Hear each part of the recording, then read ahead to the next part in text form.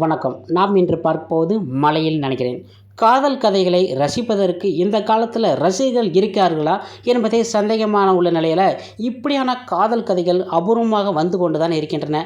முன்னணி நடிகர்களின் action commercial படங்களே வசூலே தடுமாறி இருக்க நிலையத்தில் இந்த அறிமுகமில்லாத நடிகர்களின் காதல் படங்கள் ரசிக்கும்படி வரவேற்றதா என்பதை தான் நாம் இன்று பார்க்க போகின்றோம். இந்த படத்தோட கதை என்னென்னா, நம்ம படத்தோட ஹீரோ டிகிரி முடிச்சுட்டு ஊரை சுற்றிக்கிட்டு வசதியான கிறிஸ்துவ குடும்பத்தில் வாழ்கிறாரு. அவர் பேர் இதில் அன்சன் பால். அவருக்கு பிராமண குடும்பத்தை சேர்ந்த ரெபா மோனிகா மீது காதல் அதிகமாக ரெண்டு பேருமே காதலிக்க தொடங்குறாங்க. அன்சன் இவங்க பெற்றோர் இதுவுமே ரொம்ப சம்மதிக்காமல் ரொம்ப போராடிக்கிட்டு இருக்காங்க. இந்த கட்டத்தில் பெற்றோரை மீறி திருமணம் செய்து கொள்கிறார்கள். இவங்க ரெண்டு பேரும் வாழ்க்கையில் தட்டு தடுமாறி முன்னேறாங்க. ஒரு கட்டத்தில் பெற்றோர்கள் அவர்கள் திருமணத்தை ஏற்க எதிர்பாராத சம்பவம் ஒன்று நடக்குது. அதன் பின் என்ன நடந்தது என்பதான் அந்த படத்தோட மீதி கதை. இளம் காதல் ஜோடிகளாக அன்சல் பால், ரெபா மோனிகா ஜான் இருவரும் பொருத்தமாக நடிச்சுக்கிறாங்க. காதல் கதைகளில் அந்த காதல் ஜோடிக்கான கெமிஸ்ட்ரி திரைக்கதையில் வெளிப்பட வேண்டும் தான் சொல்ல முடியும். இவரது நடிப்பில் அதுவும் சரியாகவே வெளிப்பட்டிருக்காங்க.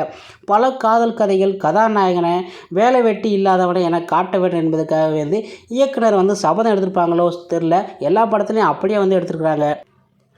ஹன்சன் பெற்றோராக மெத்யூ வர்கீஸு, அனுபமா குமார், ரேபா அப்பாவாக ராஜா ஆகியோர் கதாபாத்திரங்கள் பெற்றோரின் பாசத்தை வெளிப்படுத்தும் அளவுக்கு அமைச்சிருக்காங்க. காதல் கதை என்றாலே நண்பன் இல்லாமலா இந்த படத்தில் அப்படி ஒரு நண்பனாக கிஷோர் ராஜ்குமார் நடிச்சிட்டாரு. காதலுக்கு உதவி செய்பவராக வெற்றிவேல் ராஜா மனதில் இடம் பிடிச்சிருக்கிறாரு. காதல் கதை என்றால் பாடல்கள் இனிமையாக அமைஞ்சிருக்கும். படத்திற்கு ப்ளஸ் பாயிண்ட் தான் சொல்லலாம். அதை தவறவிட்டாலும் பின்னணி இசையை சமாளிச்சுக்கிறாங்க இசையமைப்பாளர் விஷ்ணு பிரசாத்.